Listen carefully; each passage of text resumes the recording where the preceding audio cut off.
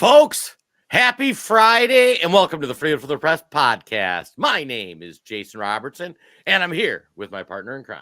Hello, everyone. Todd Peterson and Jason. I don't know about you, but I have now associated that intro song with Friday at 11 a.m. I love it, and we got a great show today, folks. Da, da, da, da, da, da. Hey, like folks, that. before we get going, so today we're going to talk about how despicable what our government is doing to us at the border and with immigration. And we're streaming this on several platforms. We encourage everybody to go watch us on a Rumble channel. We're on YouTube, we're on Facebook, we're on Twitter. But I'm going to tell you, some of the less friendly platforms for discussions like this, like Facebook, we've got it streaming on several Facebook pages, they are going to suppress it. And it's funny, we can see it when we drop the podcast. If it's the wrong topic, like they don't send it to anybody. So do us a favor, hit the share button. That's going to help this information get out to other people. So it's like I say, it's really comical when you're sitting here and you look and it's like we talk about ethanol subsidies and Facebook sends it out to a bajillion people because we got million follower pages. When we talk about the border and Mayorkas impeachment, they send it out to nobody. Todd, what do you think of the censorship? I was just watching this right now, too. And folks, just so you've got some understanding, right now we're sending this to 4 different Facebook properties. That's about 4 million followers here. We have a good audience. That's not even most of our packages here. But Jason, we are looking at the live views right now, and it's people are getting there. It's ticking up here, but it is so much lower than we normally get. And I know why.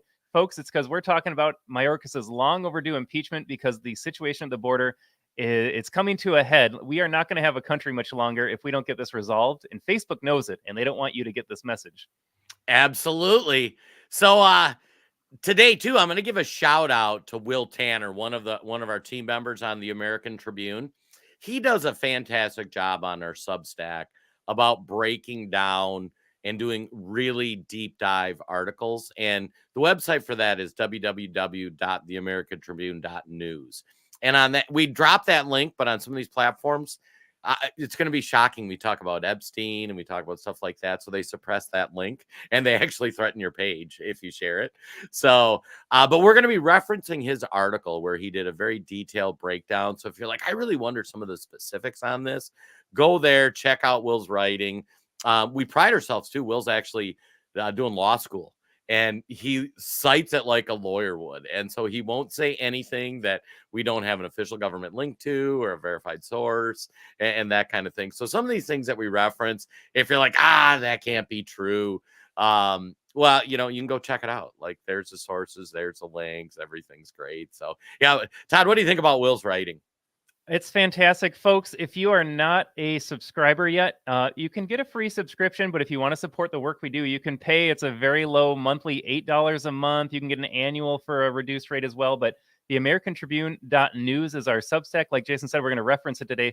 But Jason, before we get into the border situation, can I lead off with Mayorkas' impeachment hearings that he didn't show up for this week? Yeah, this is... It was funny. We streamed this on a couple properties yesterday. We're like, I wonder if anybody wants to watch along because we joke about it on the podcast. Todd sits there watching these C-SPAN hearings and he messaged me. He's like, we should try to live stream this. And it was funny how many people engage with it. But Todd, let's let her rip. This was just yesterday. And if you tune into only the mainstream media, you did not hear any of this. That's why we do Freedom from the Press podcast. We're going to cover the news that they don't cover in the mainstream. And put this in perspective, folks. This happened in Congress, or this was a congressional hearing. This is not some whack job thing we found on 4chan. This was in the U.S. government yesterday. Todd, let her rip. Yeah, and we're going to start off with some parents here with their testimony. To spare as many parents the unfathomable pain and debilitating grief that I carry every single day. My daughter Ashley has left this earth 967 days ago. Today would have been her 29th birthday. In the next 5 minutes, you will see many beautiful photos of Ashley on the screens. Photos are all that my family and I have left of her. That's not true. I guess we do have a small amount of ashes in an urn, and we do have our memories. In that same 5 minutes that I get to share her story after I traveled all the way from Arizona for Mr. Mayorkas not to appear here today, someone else's loved one in the United States will die in this same 5 minutes that I get to speak because of fentanyl. Over the next 24 hours, 190 loved ones in this country will die from fentanyl. 50% of that fentanyl is coming through my state with an open border. The beautiful state of Arizona today will lose 5 people to fentanyl. 5. You see, Arizona recognizes that fentanyl is a weapon of mass destruction. While you see her beautiful smile and almond-shaped eyes scroll across. All right, Jason, I got to stop it there because you and I are both parents. I simply cannot imagine. You can hear it in her voice here. You can't imagine the loss of a child here. I can't think of anything worse to experience in this world here. And did you catch, Jason? She said that she's here today testifying because how do we solve the border situation, which, yes, is smuggling minors across without their families, is smuggling who knows what kind of terrorists across, but is smuggling drugs that at this point we have a major problem with over 100,000 people dying every year from drug overdoses. And this parent lost her daughter to a fentanyl overdose. As she's there testifying in front of that congressional committee, Mayorkas didn't even have the stones to show up and face her.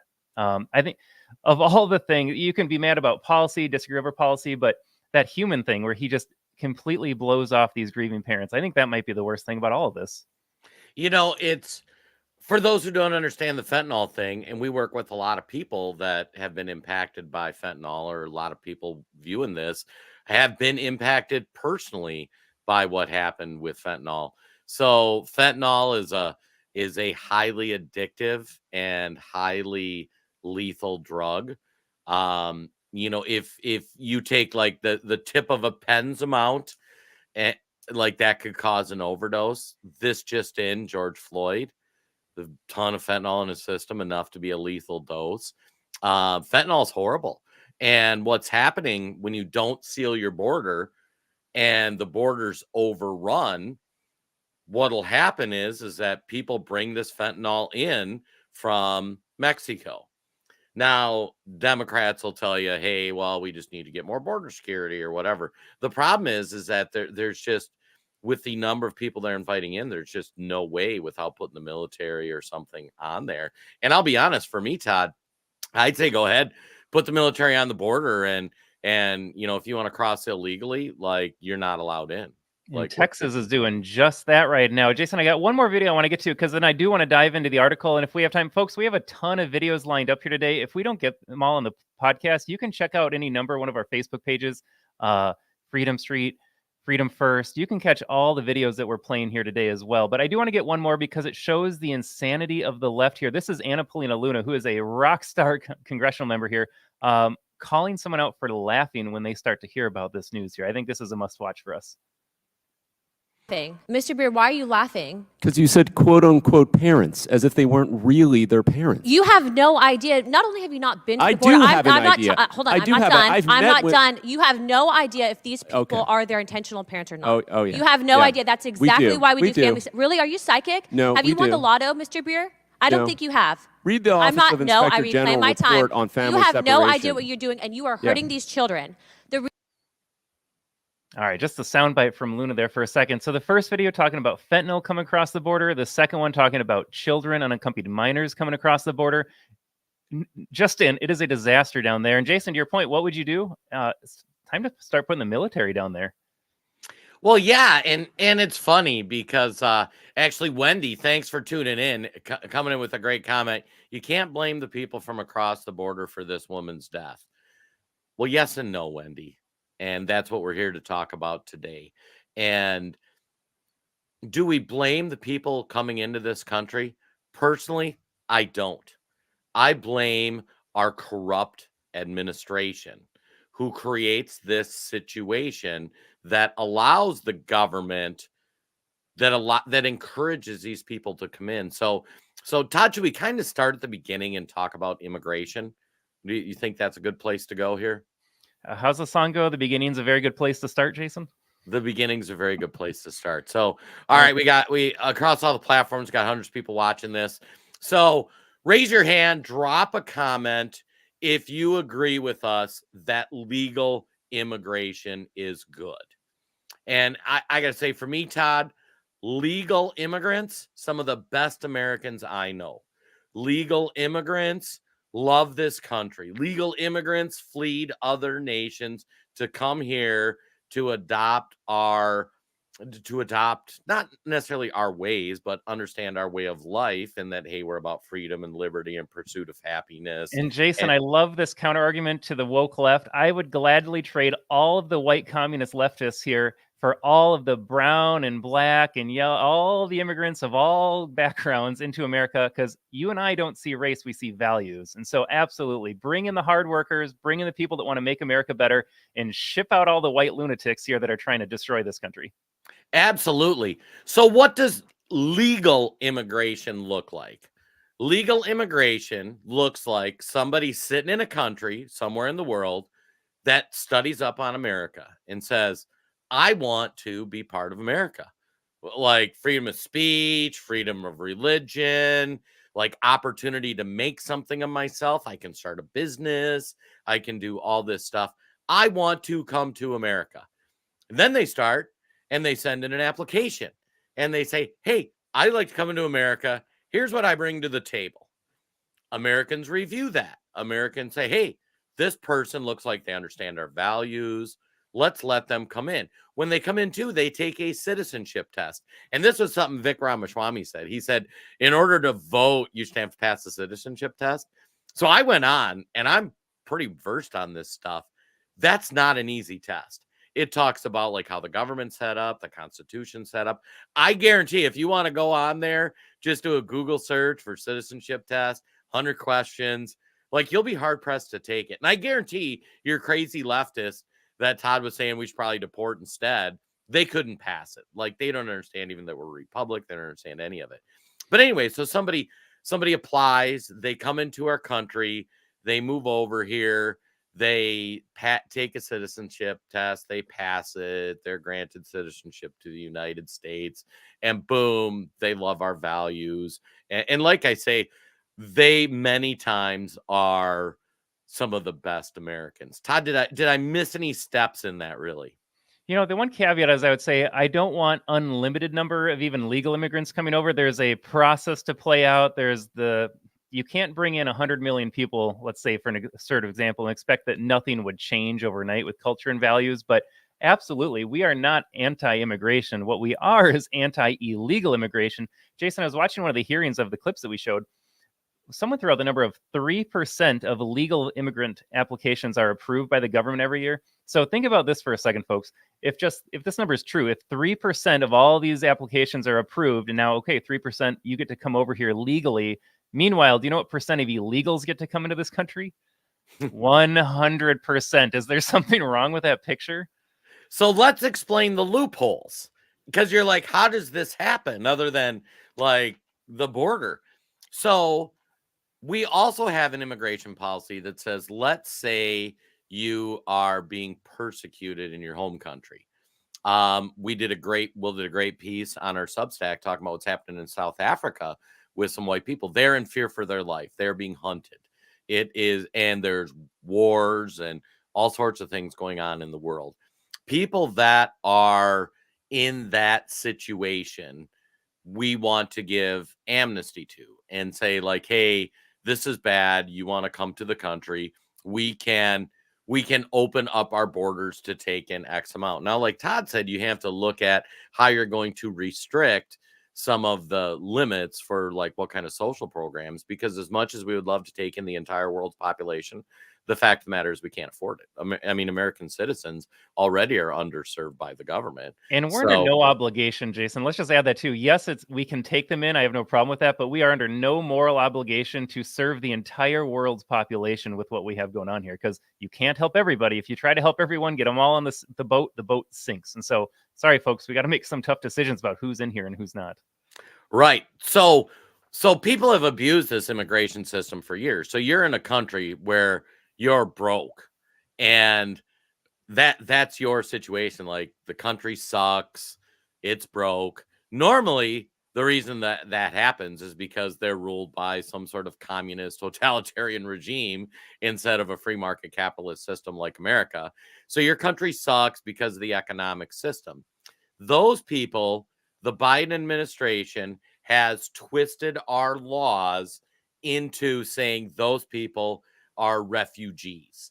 So the Christians being hunted down in Muslim countries that are like, holy cow, we're going to get killed, that get to apply for asylum, they are the same. The Biden administration classifies them the same as, I'm in Venezuela and I'm broke because my government sucks. So those people make the long, arduous trek from whatever country they're in and come to America. And then they apply as some sort of refugee, is basically how it kind of breaks down. So then you ask the question, well, why would those people leave? Like, they're not leaving these countries because they're broke. They're leaving these countries because not only are they broke, but Todd, what are Democrats promising them when they get here? The entire sky. They are promising you eventual citizenship. They're promising you taxpayer money every month. They'll probably fly you around the country, put you in a hotel, get your child educated. If you're in certain blue states right now, and actually if you're anywhere across the country, you don't get turned away from a hospital, you get free health care. Actually, Jason, in California, I believe a minor can transition in California thanks to taxpayer dollars if they so choose. So you get everything. Why wouldn't you come here? Right. So all these different organizations, these globalists, they're in these countries saying, go to America, here's all your free stuff. Not go to America, you're going to have the freedom to pursue things. You are going to get free stuff. So do you want to sit here with nothing going on, a horrible country because it's run improperly? Or do you want to go to America, get put up in a hotel, get 3 meals a day, get education for your kids, that kind of thing? And Jason, these people aren't showing up saying, like, let's adopt this. Absolutely. The point to be made is, what's the benefit on the other side? So we all know what the immigrants get here as they come to the United States and get the goodies. What's in it for the Democrat Party? Well, they get perpetual power and control because they're importing millions of voters, eventual voters, all of their kids and their extended family, because now they get to do chain migration. And you have it now set up where you have a whole group of people dependent on the government, so they're not going to vote those bennies away. And now you have people that are thanking the Democrat Party for bringing them here in the first place. You want to talk about ruining a republic really fast? You want to make voting meaningless? You bring in tens of millions of these folks. Yeah, and I mean, think about it. It's been estimated that since Joe Biden became president, there have been 8 million people. Yeah, now they're saying, yeah, you're right, Diane. Social Security, they'll get tax breaks, everything. 8 million people Joe Biden has brought in. And do you think those people are going to support Republican positions of, we need to cut back on entitlements, we need to cut back on how much the federal government's spending? They came here for the free stuff. They didn't come here because they wanted a better way of life and the opportunity to start their own business. They came here because there's free stuff. And it's funny, I got my official Tom Massey debt badge. It's funny, this thing actually hooks up to the Wi-Fi and it tracks the national debt up to the second. We're up to 34 trillion, 73 billion, 289 million. I mean, these numbers are just made up. And so and all these 8 million people that came here, they're procreating because we're giving them free healthcare, free insurance, free food. And so then what do? They have kids. Now those kids are citizens. So 20 years from now, if all those folks have 2 children, let's say 8 million, now you got 16 million people in 20 years. Do you think those people are going to vote for less government? Do you think these people are going to vote for less handouts? Do you think they're going to vote? No, because that's why they showed up.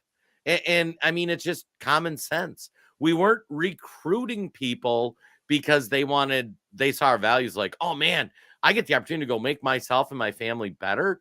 That wasn't the recruiting pitch we used in these countries. We used the pitch, hey, you want to get some free stuff? Come on over. Yeah. And you can point in any number of directions how you know it's a scam. We haven't seen AOC at the border crying over cages. Newsflash, we still have kids in cages down there because you don't want to send them off with these unknown adults. But the other hypocrisy, Jason, why is it that if you're a Cuban and you go to Florida but you don't hit land, you get returned immediately? But if you're from anywhere else in the world, it seems like you just show your face and they say, come on in. Right. Well, because they know that those Cuban Americans don't want socialism. Yeah, I got to say, if you ever want like proof of this argument, go talk to Cuban Americans down in Florida.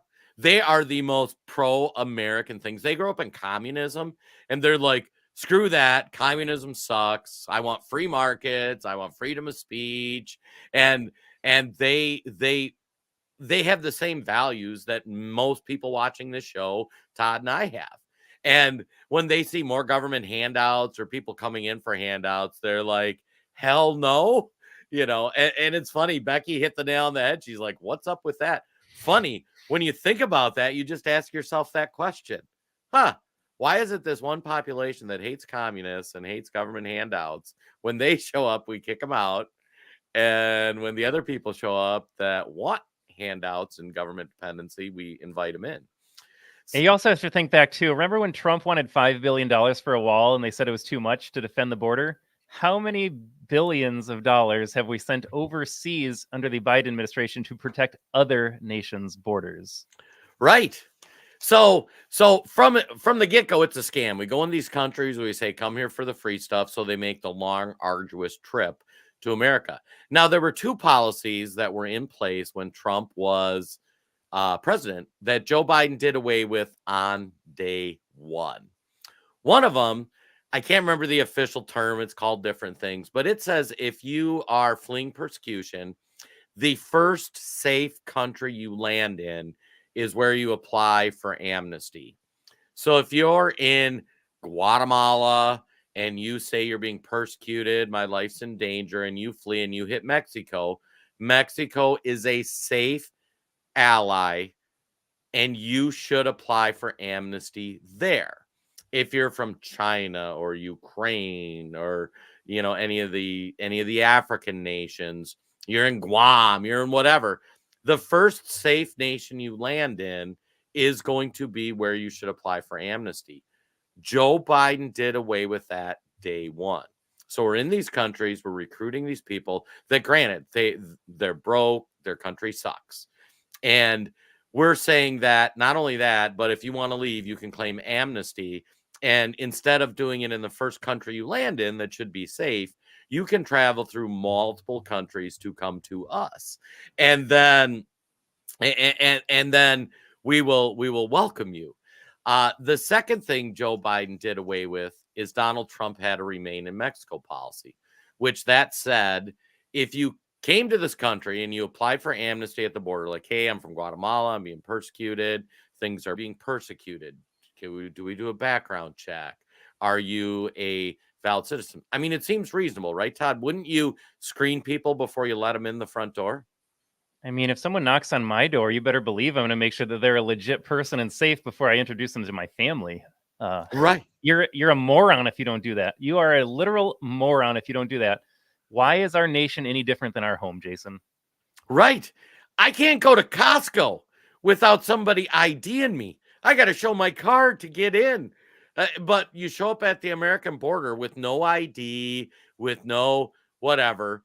They actually have an app and they coach you on how to fill out the paperwork to request amnesty. And we're talking about amnesty. Jason, don't forget to use the app. They also give you a phone. Right. So here's your free phone. Here's your form to fill out to say that you're being persecuted in the foreign nation. Let me help you fill that out.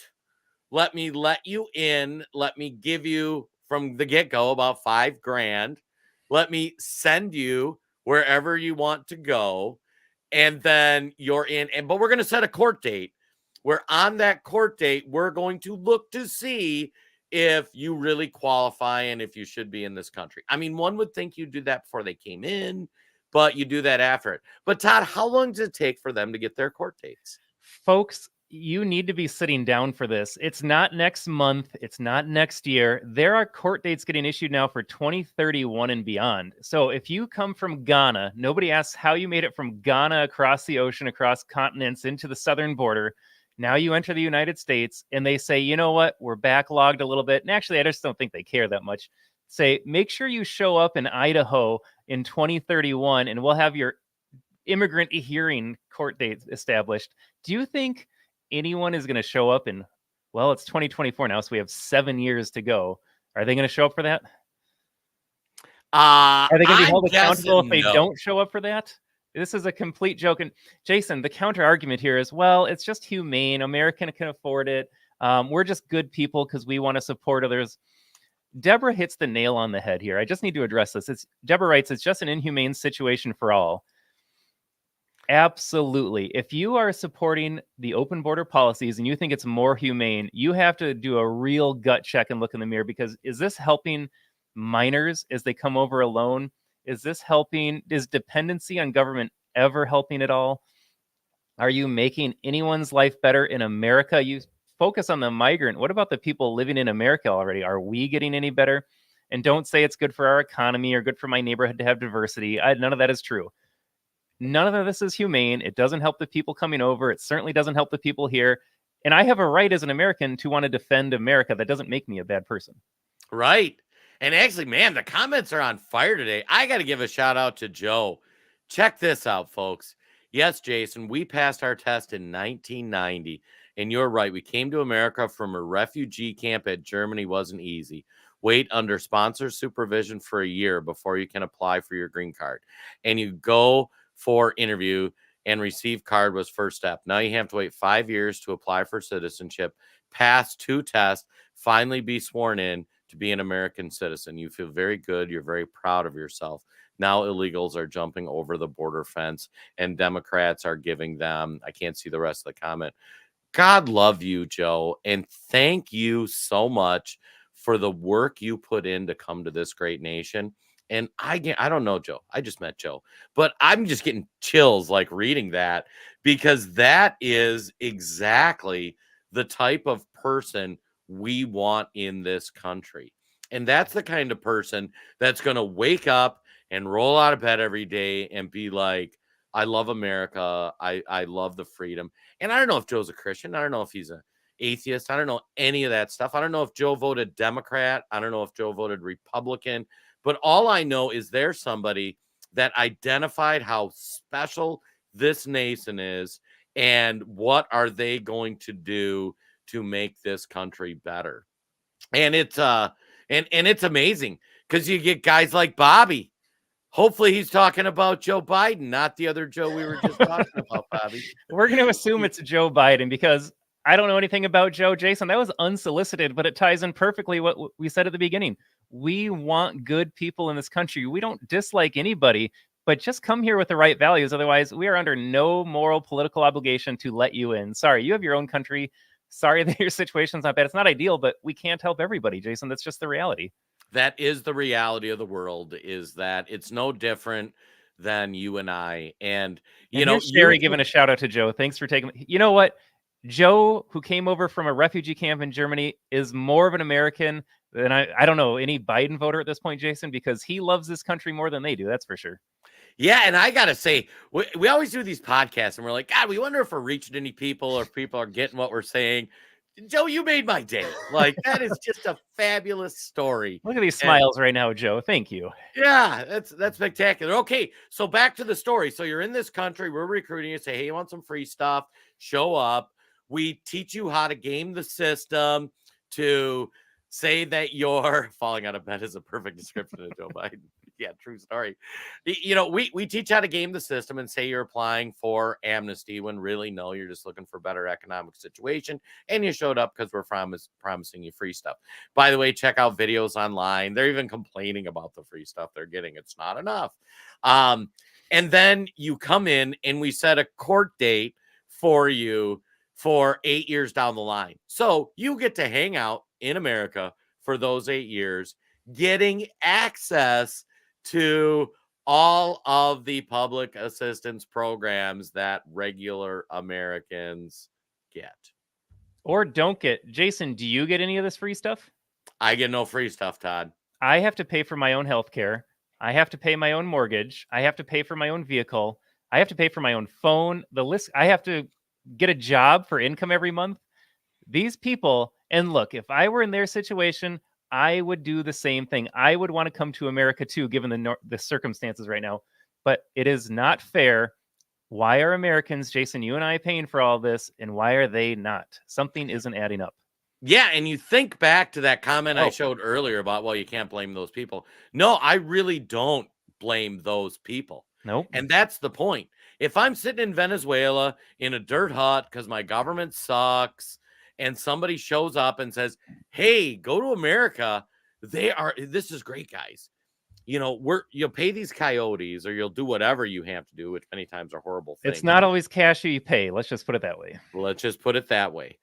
And you do that to get to America. And then what they're going to do is they're going to send you up to New York City. New York City is going to put you in a hotel. They're going to feed you 3 meals a day.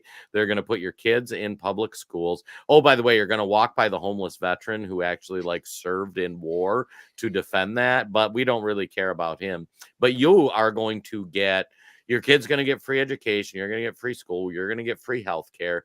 By the way, if you're in California, they're going to pay for you to go to college. And if your boy decides he's a girl, they're going to pay for that surgery too.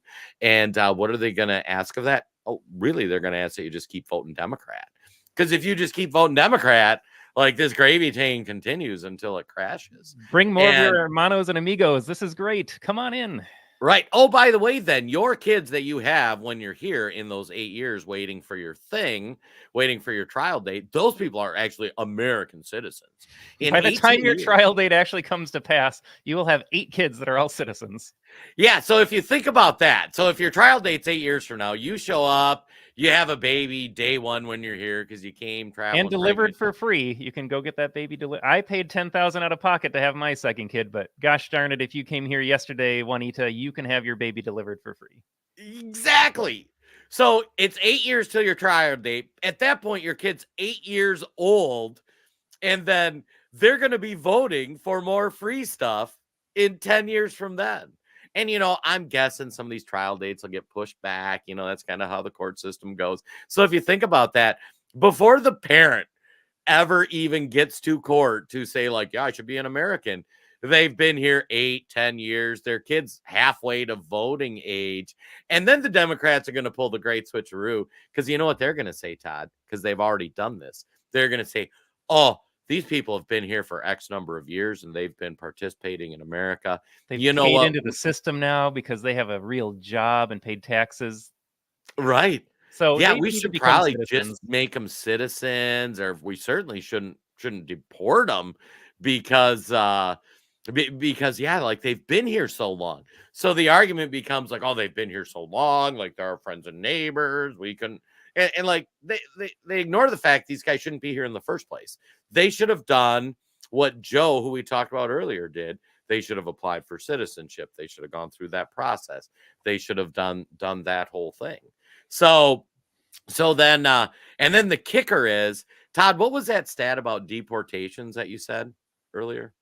Well, we talked about legal immigrants coming over, but deportations, I would guess, 0%? Actually, Jason, can I bring this story up right now? This is on someone else's Substack, and I think they know that we just go on boomerangs, and they wanted us to talk about illegal immigration here. But I'm just going to read a headline from another Substack. It says, illegal immigrant deported 4 times, charged in fatal Colorado crash. This joker has been in the States off and on for going on 2 decades, multiple DUI arrests, 4 deportations, and ends up killing someone now in Colorado. And look, I mean, this is on Joe Biden. This is on Democrats. This is on anyone that supports what's happening, because this man should not have been here. Yeah. And that guy, I mean, literally how the program works, you kick him out, you deport him. Deportations are a very small percentage of the people that are in here. It's really hard to deport people. And actually, it's funny. So you're hanging out, you're getting free stuff for 8 years while you're going through whatever you're going through. And then all of a sudden, if they choose to deport you, then they really don't, because of course we don't enforce laws in this country, especially if you're going to be a Democrat voter. Ironically, when a Republican does something or a conservative, like nobody's above the law. But when a Democrat does something, it's like, we really need to be compassionate. There's a lot of nuance to this situation. There is a Nancy Mace clip from yesterday, Jason, that makes that exact same point. I kind of want to play it, but I know we have to get through. We haven't even got on the Substack yet. We got to go through how do we fix this. Play the Nancy Mace. That's All right, that's a folks. Bear spectacular with me here while clip. we're doing some. All right, we're gonna find. This is Nancy. It ties in just perfectly to what you were saying here. Interesting hearing today. I think the left has lost its proverbial mind. I've heard a lot from the left today about how we are, quote, a nation of laws and need to follow our laws. It's the same group of people that won't condemn violence by Antifa. It's the same group of people that won't condemn violence by Black Lives Matter. It's the same group of people that won't condemn violence, anti-Semitic violent protests against Jews in this country right now. And they want to lecture us about following our laws, which is complete and total BS. All right, and she's at an immigration hearing here, but Jason, I don't know if this is a good or bad thing, but I was like, I have a Nancy Mace video like that. Folks, I watch too much C-SPAN. Yeah, exactly. Todd takes one for the team, folks. And but Nancy Mace makes such an excellent point where it's like, do you notice every time like if you are an anti-abortion protester standing in front of an abortion clinic, you're going to get arrested for hate speech. But if you are a pro-Palestine protester who was in front of the White House last weekend, shaking the fence, climbing over it, 0 people in that charge. Now I'm saying that, and some of the people in the audience are going, what's Jason talking about? Pro-Palestine protests. Like, I didn't see that. Folks, follow us on Twitter. Todd and I both did some breakdowns and some tweets of the videos. Hundreds of thousands of people in front of the White House, climbing over the fences, exchanging fire with military. They were shooting.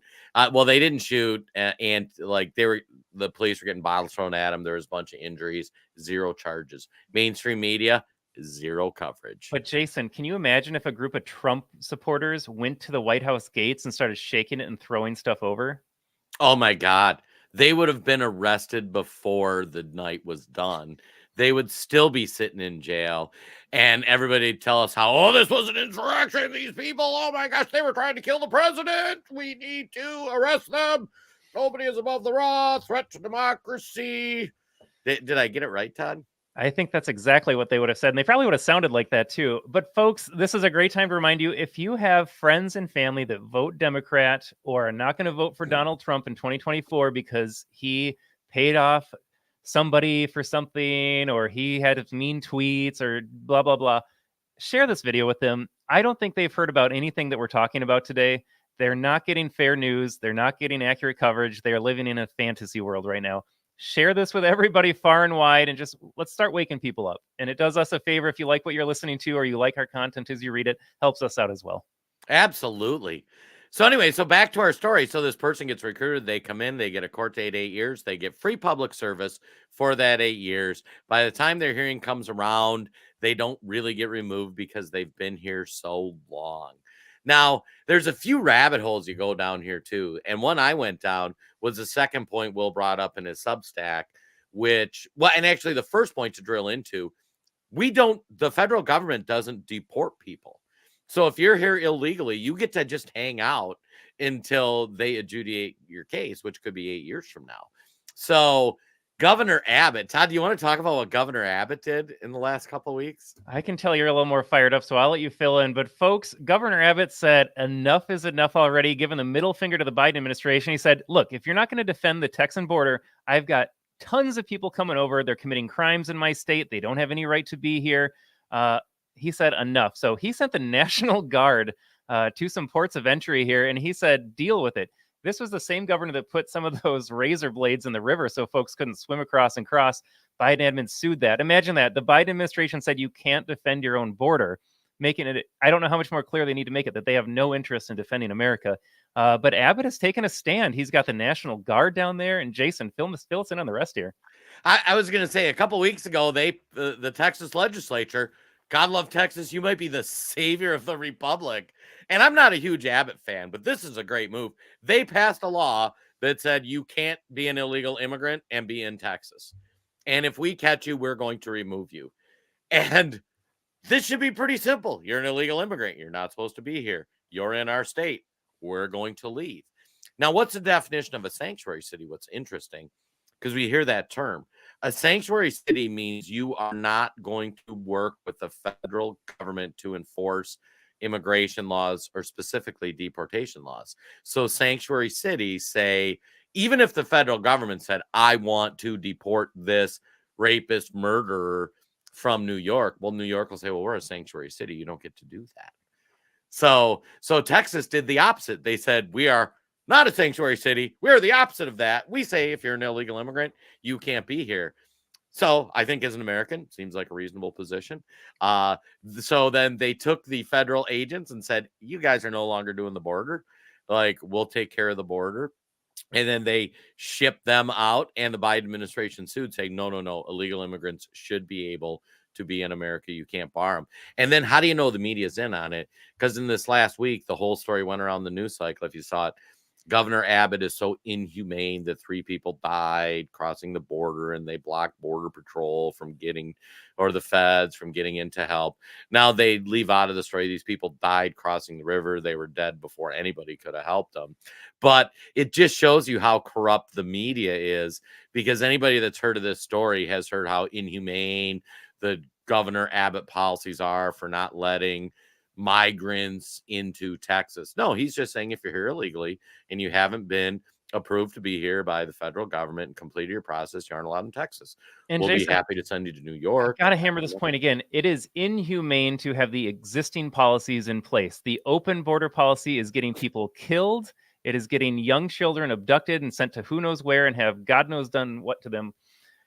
If you close the border, you disincentivize people from having to make the dangerous crossings across the desert, these rivers. Those people didn't have to drown if there was a better way to get into this country here.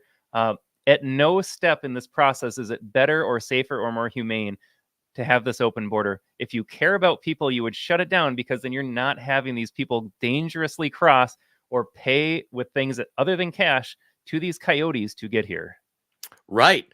And what's interesting too, once they get here, this was a rabbit hole, and Will breaks this down in the second piece of the Substack article. So the first thing is, what are the solutions? One, more states can pass laws that say illegal immigrants can't be in my state. And what that'll do is cause all the illegal immigrants to go to these states that want them. And at some point, if enough states do that, you're going to have a situation where the illegal immigrants are going to land in these states that disagree with their state partner. Because here's the thing people forget too about the United States. So Todd and I are business partners. We have 4 business partners on our project, The American Dream. We work with a bunch of other people. We all have a vote. And if we don't all agree, we don't do something. And if we agree, then we do something. That's how the United States used to be structured, where there was 50 states or there was 13 states, and all the states had to kind of agree, or a high enough percentage had to agree to do something. And if they agreed to do something, then they did it. Somehow we lost that. Somehow we came to the fact that, different states, it's not okay for them to have different rules. And I mean, to be honest, I don't think California should let illegal immigrants in California, and we're from Minnesota, so they welcome illegal immigrants here. But you know what I get to do? If I don't like that, I get to leave Minnesota. I get to go to Texas. I get to go to some other state that doesn't want to do that. But anyway. Go ahead. Oh, go ahead. I was just going to make a point. I know this has been brought up in recent weeks here, but you and I both land very squarely in the camp of Democrat voters need to feel the pain of their voting. For too long, these people have been insulated from the reality. So they think, it's Texas's problem. They'll deal with this border crisis, the crime in their communities, whatever else. If you vote for this, you need to experience it. Send every illegal to Chicago, New York, Minneapolis, anywhere in California, I guess.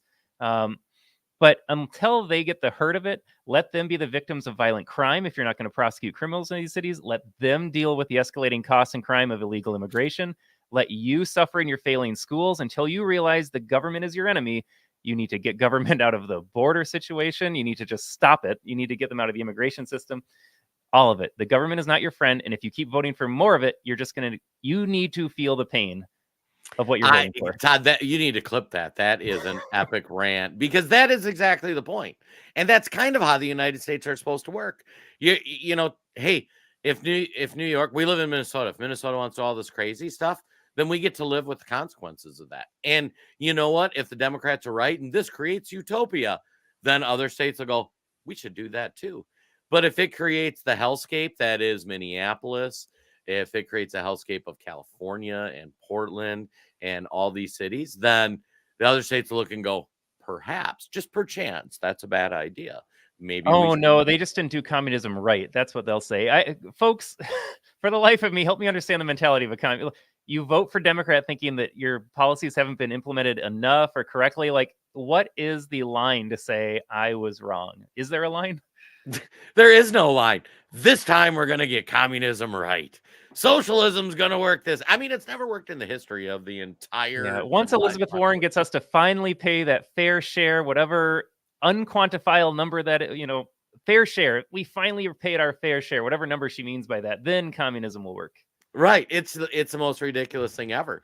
So next rabbit hole to go down, what's interesting, and I was trying to do a deep dive into this, and these waters are muddy. Somebody that comes here illegally can't work on the books because they are not here legally. They don't have social security numbers. They aren't paying into public things. So Todd, if you can't work here legally, what do you end up doing? Well, you want to talk about inhumanity again? You work in dangerous jobs where no one's got your back. And look, you and I are not very big on unions necessarily. We're not necessarily a big corporation. But if you're an illegal immigrant that has to work cash or under the table, do you think you're not going to get abused by your employer? Do you think those conditions, picking vegetables in the field, are good? But that's what you have to do because that's all you can do. So again, the folks that say this is the humane solution, F off, because you are putting these people in real harm's way. Yeah, and here's what's ironic too, because people will talk about, why do Republicans not like support this, that kind of thing. Here's a dirty little secret, folks. A lot of these Republicans and a lot of your Republican politicians are somehow, some way on the kickback program for this illegal labor. And that is an elephant in the room that a lot of us on the conservative side don't want to agree to. Some of these big farms require a certain amount of illegal immigrants that they're paying under the table, and that's how they hit their profit margins. That's how that's how their business operates. Now, while a Republican doesn't, or a politician doesn't necessarily get a direct kickback on that, these are the people that form lobby groups that get together, do campaign donations, and it's all geared to get them doing, like, supporting these policies. And that's really it's really a terrible thing to think about. But if you ever ask yourself why do some of these politicians, especially conservatives, support them, is because indirectly they know they're going to get their kickback in the form of campaign. Follow the money. Yeah. Why did we never get the border figured out ever? Trump had a Republican majority in the House and Senate. They had 2 full years to do something. Nada. Right. And if you look at, we call them rhinos or uniparty or whatever term you want to do, why, when we had the House and Senate, did we not get anything done? Because the politicians had a financial incentive to not get anything done. And that's the sad reality that we have to realize on there. So the final piece of this puzzle is all these welfare programs. And I think I grew up poor, and there were financial assistance programs available for people like me. And the goal then was, how do we help get you through the rough patch and get you on your feet to producing? Now at 50 years old, 49 years old, I'm paying into the system. And I don't have a problem helping a veteran or an American citizen. Like, somebody had something bad happen to them. I don't think the government should be that vehicle that necessarily is the safety net. I'd rather it's our church or local community organizations, that sort of thing. But, it's not bad that we have some of those safety programs. But that becomes such a slippery slope because that safety net program becomes a lifestyle, becomes a way of life. Look at how many people are on these benefits for decades, for years. It becomes their sustenance programs. It's funny, I moved to the Twin Cities and I worked in Minneapolis. Country Bumpkin moved to the hood when I was like 18 years old to be a retail manager. And frankly, the poor black folks I identified with more than rich white folks, because like we had the same problem. So what do? They destroy their schools, they destroy their churches, they encourage abortions and separation from God and values and single motherhood and all those things. But the other trick was they give them just enough free stuff that they survive. Not that they thrive. They don't give them any free stuff that lets them encourage them to do more. And I remember hiring, and this was back in the day, I'd be like, well, hey, yeah, you can be an assistant manager and, I'll pay you 50 grand a year. And they'd look at me and they go, I can sit on my butt at home and I can get 40 grand a year and or maybe do a couple side jobs for cash. So why would I do what you're doing and work the system? Why wouldn't I just take the 40 grand a year? And you'll be like, oh, well, you can make more than 50 grand a year. You can keep advancing and do all that. Dude, that's a hard sell. Some people like, how do I give up the free X amount of money to go work? And how do I justify that? And that's the trap that these Democrats cause. They're going to cause the same thing for the illegal immigrants already. Yeah, you make a great point. You're asking someone to work for $10,000 a year. If they can already take home 40 doing nothing, they are saying, I'm going to come and work 8 hours a day, 5 days a week for $10,000 a year. They're not going to do it. They're acting in their best economic interest. They're not stupid. So of course they're not going to go to work. But like you said, Jason, it just traps you. Are you thriving making $40,000 a year? Absolutely not. But you're not doing anything for it either. Right. Yeah. It's funny you say that, because I remember we'd have to, like, we were paying people way more in the inner city than we were in the suburbs. And these inner city stores were tough. I mean, everything you've heard about them is true, like the holdups, the theft, all that stuff is completely true. The day before I got married, I actually had to go to 2 different inner city stores to deal with dead bodies, like people that were killed. It was funny. Someday I'll tell the story on the podcast. But I mean, not funny. A loss of life is tragic, but I'm like, you've got to be kidding me. These inner city areas are just, they're awful, and they're awful for the people that live there. But it's racist to close down the stores too, Jason. So I hope you didn't do that. No, we didn't close those because you are right. We can lose money. We cannot be able to hire because people get too much free money. And it would be comical too, because you'd have people coming from the suburbs. So all of a sudden, hey, do you want to be out in a suburb? I want to pay you 50 grand a year to be a manager. You want to come into the inner city? I'm going to pay you 70 grand to be a manager, because I can't get the people who are getting 40,000 free to take a job. So then, like, they still didn't want to take a job. So then the people from the suburbs are like, well, I'll drive in there and deal with that for the extra money. It's just for 1 month. Yeah, it's just. But Jason, we started talking about the economic incentives here. I think this third reason is most powerful. If you cut off the funds, there is no reason for them to come here. You just got to turn off the spigot. Say, government bennies are done. You don't get your phone. You don't get your plane ride. You don't get your check. We're not going to pay for your little trip up here. If you put the onus of traveling and living in the United States on the individual, they're not going to, because in most cases they won't be able to, but they're going to just realize, like, you know what, I'll just scratch it out here instead of grinding in the United States after traveling, leaving my country and culture. If you turn off the government spigot, it's amazing how you could solve probably most problems in this country, immigration just being one of them.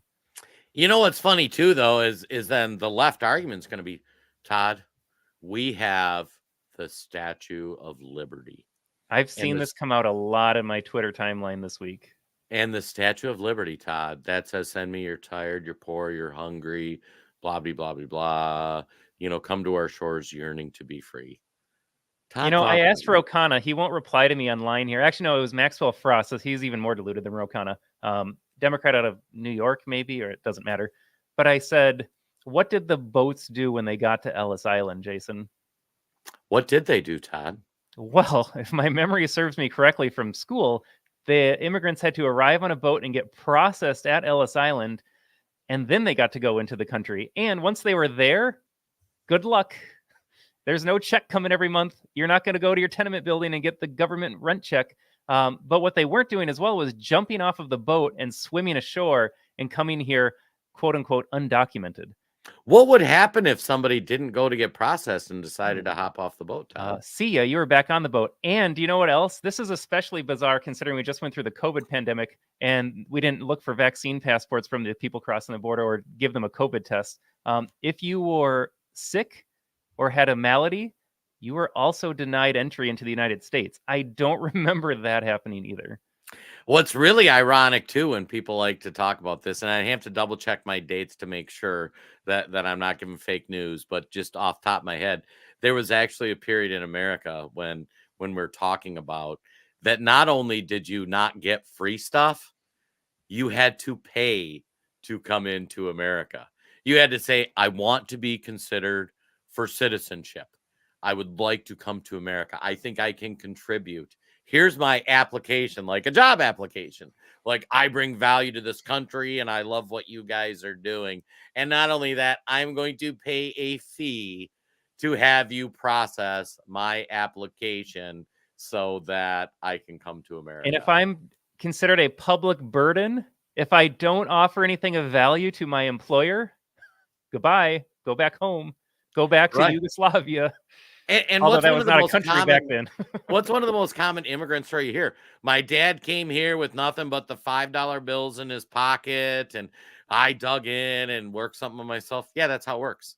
My You're parents sacrificed everything. They worked 3 jobs so that I could have a better life. right. Imagine that. Yeah, these stories don't come out like I showed up, I went to my free hotel in New York City, and then I attended my free school. They fed me 3 meals a day. I didn't really like the quality of food, so I complained about it. And then I got to vote for more free stuff.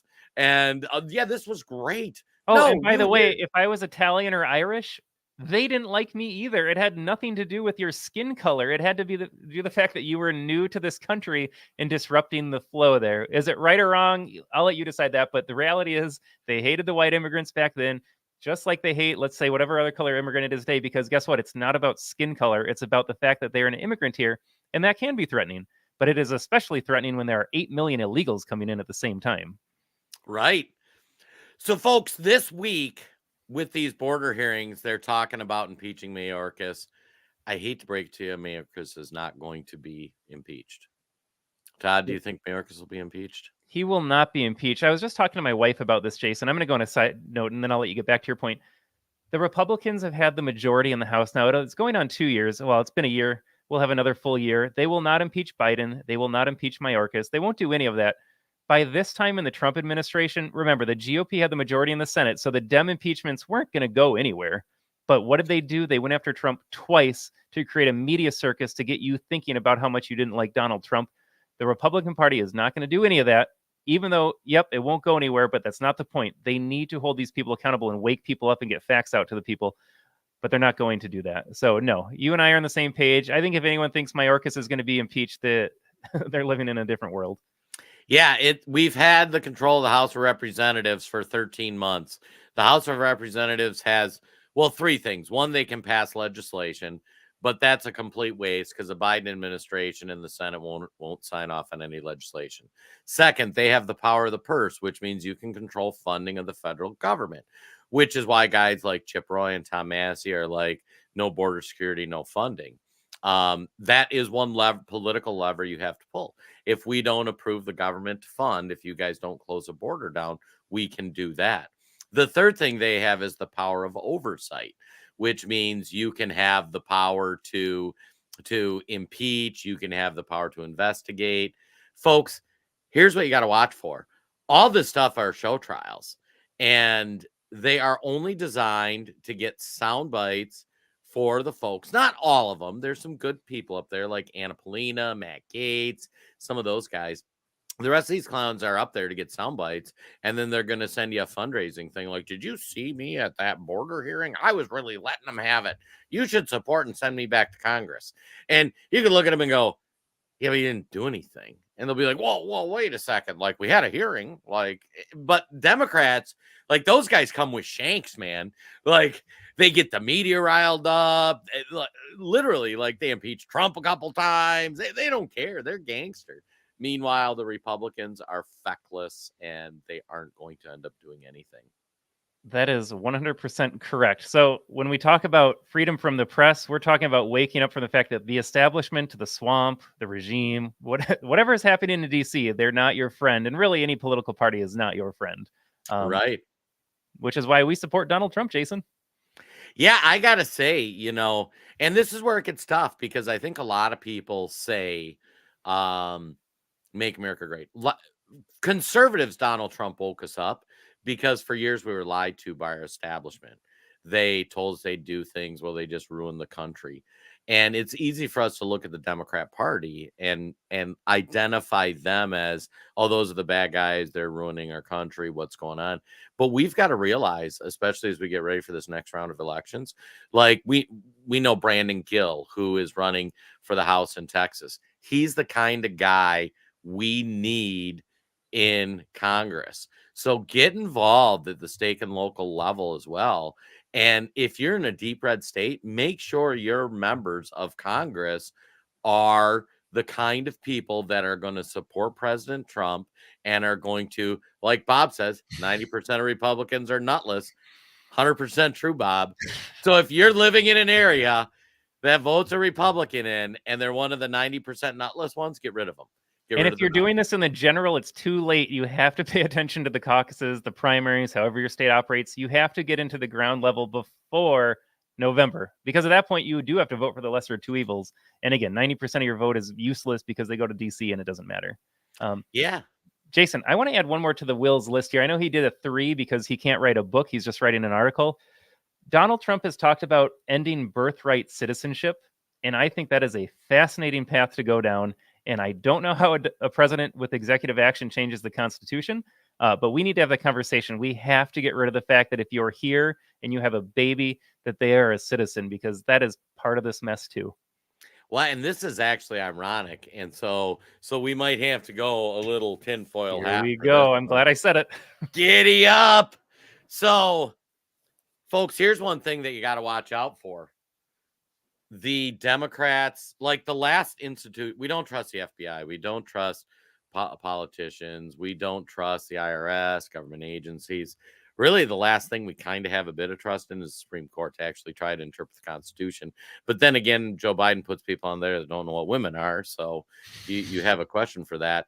The 14th or the birthright citizenship is actually a legal issue where people are interpreting it different ways. There are people, there are constitutional scholars that read it and say, if you came here illegally, like that doesn't count. And that was never the intention of the amendment.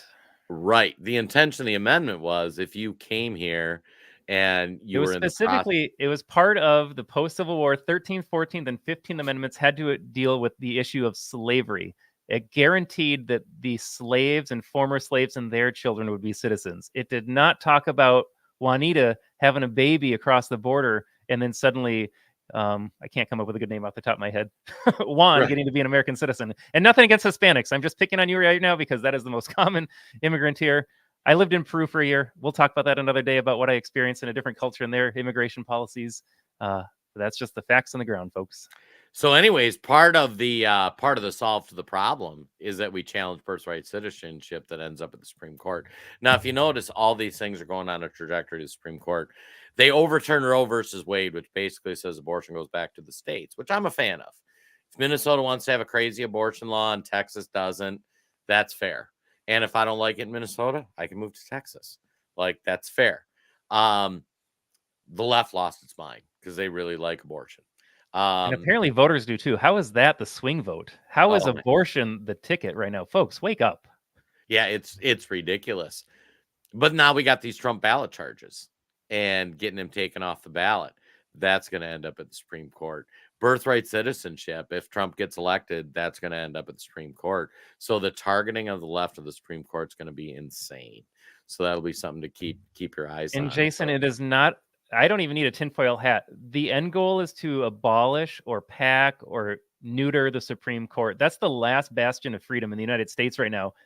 9 justices, which really 6 justices, because 3 of them are insane. One thought 100,000 kids were on vents at one time in 2021. So you can't trust the 3 of them on there. 6 individuals are the line between freedom and tyranny right now. So the left is absolutely going to go after them. Yeah, it is insane. Well, folks, this was a rousing conversation. I am fired Chats up were right now. flying. Hopefully you guys enjoyed this show. Kenny, thanks for the shout out. You guys nailed it. A do nothing Republican controlled House, a full on opposite of what the Democrat Socialist Party does. They always on the attack, and after Republicans cave, why have they done? Why? They got no backbone. No, Kenny, here's what you're going to have to understand. And it's funny because at the American Tribune, we have Tiberius Gracchus is our logo. So in the Roman Empire, he led a populist movement. Nikki Haley is an anchor baby. And an He adulteress. led a populist movement of the average American citizen or average Roman citizens against their oligarchy. What he realized is that the people of power were controlling through mass media manipulation. They were controlling the population, and they essentially made like they were screwing over the average citizen for the benefit of the wealthy and powerful. And that's kind of the battle we find ourselves in today. The fact of the matter is, we say it on every show, we encourage you to share this content, especially with somebody you might not politically agree with, because I guarantee your Democrat neighbor, unless they're the blue-haired cat lady with a Prius, like she's probably too far gone. But the dude that works the guy that lives next door that maybe voted for Joe Biden, he bought this media nonsense. He doesn't know how they change the laws to let anybody in. He doesn't know they get all this free stuff when they come in. He doesn't know that we used to actually make you work and pay in before you got benefits. He doesn't know it's going to take 8 years for him to get a court date. But he does know he wouldn't let one of those illegals into his own house to disrupt his family's safety and security. He, in his gut, doesn't like what's happening. He just doesn't know any better. And that's why it's important that you tune into the Freedom from the Press podcast. And that's why it's important that you share this. Because if that dude understands what's happening, how they got there, what those long-term consequences are, he's going to wake up. And then you're going to realize that our establishment Republicans are really in on it with the establishment Democrats. They're ruining life for America to help the communists take over this country, help the rich and powerful consolidate power. And if we don't reverse it, 2024, like everybody says, oh, it's the most important election of my lifetime. 2024 really is. And if we don't get outside voices in Washington to take this country back, it might be too far gone for us to save. Well said, Jason. And to end on a lighter note, we're streaming on the original Lose News. Props to Kenny. It looks like you guys have a little more in common besides your political values, Jason. Yeah, giddy up. One of our Facebook pages is Lose News based on my dog. I sit there reading the news with my dog on my lap. I'm like, I'm going to make a Facebook page based on my dog. So that's actually a real dog. She's actually laying over in the dog bed over there. If anybody's curious. We need we need a third camera with her just laying on the bed, maybe. Absolutely. All right. All right, folks. I think I've never been so fired up before, Jason. I am officially a boomer now, and I wear that with pride, but I had some boomer rants today because nothing gets me going like this open border nonsense, because it is so obvious what's happening, and so many people seem to just at least tacitly support it, and I hate it. So I'm still fired up. Yeah, I was going to say, folks, sorry we ran a little long. Great participation, great viewership today. So thank you so much. We're going to get out of here. Enjoy your weekend. Pray. If you haven't done so, attend a church service this weekend, online, in person. Really start connecting to, like, if we don't start getting back to our traditional values, we're going to lose this country, folks. So thank you so much for tuning in. We appreciate you. Like, comment, and share. If you got any questions, hit us up, and we'll talk to everybody next Friday. Have a great weekend, but don't go to church if they say amen and a woman. And on that note, see you next week. Giddy up.